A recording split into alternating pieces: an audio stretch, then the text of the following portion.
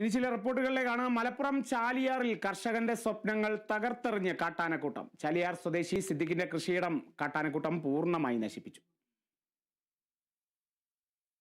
100-ലധികം നേന്ത്രവാഴകൾ, പൂവൻ വാഴകൾ, പൈനാപ്പിൾ, കപ്പ തുടങ്ങിയ വിളകളാണ് കാട്ടാനക്കൂട്ടം ചവിട്ടിമെതിച്ചത്. വിളകൾക്ക് പുറമെ മാസങ്ങൾക്ക് മുൻപ് സ്ഥാപിച്ച സോളാർ തൂക്കുവേലിയും ആനകൾ തകർത്തു. വലിയ പനകളും കവുങ്ങുകളും മറിച്ചിട്ടാണ് ആനകൾ കൃഷിയിടത്തിലേക്ക് കടന്നതെന്ന് സിദ്ദിഖ് പറഞ്ഞു.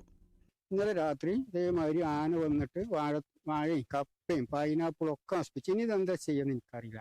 കാരണം ബാങ്കിലൊക്കെ കടങ്ങളുണ്ട്. ഇനി ആത്മഹത്യ അല്ലാതെ വല്ല രക്ഷയുണ്ടെന്ന് എനിക്ക് തോന്നണേ ഇല്ല.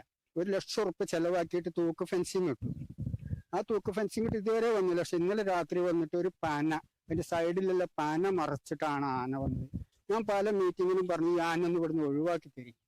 അവര് അപ്പൊ ആ മീറ്റിങ്ങിൽ വരും, അവർ കുറെ വാഗ്ദാനങ്ങൾ ചെയ്യും. അല്ലാതെ ഇതിന് ഇന്നേ വരെ ഒരു പരിഹാരം ഉണ്ടായില്ല. കഴിഞ്ഞ ജനുവരിയിൽ ആന വലിയ രീതിയിൽ വിളകൾ നശിപ്പിച്ചതിനെ തുടർന്ന് വായ്പ എടുത്താണ് സിദ്ദിഖ് കൃഷിയിടത്തിൽ സോളാർ വേലി സ്ഥാപിച്ചത്. എന്നാൽ വനംവകുപ്പിൽ നിന്ന് ഇതുവരെ 1 രൂപ പോലും നഷ്ടപരിഹാരം ലഭിച്ചിട്ടില്ലെന്ന് സിദ്ദിഖ് കുറ്റപ്പെടുത്തി.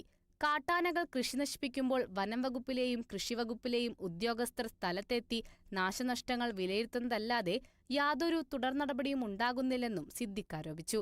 വിളകൾ നശിച്ചതോടെ വലിയ കടബാധ്യതയിലാണ് ഈ കർഷകൻ.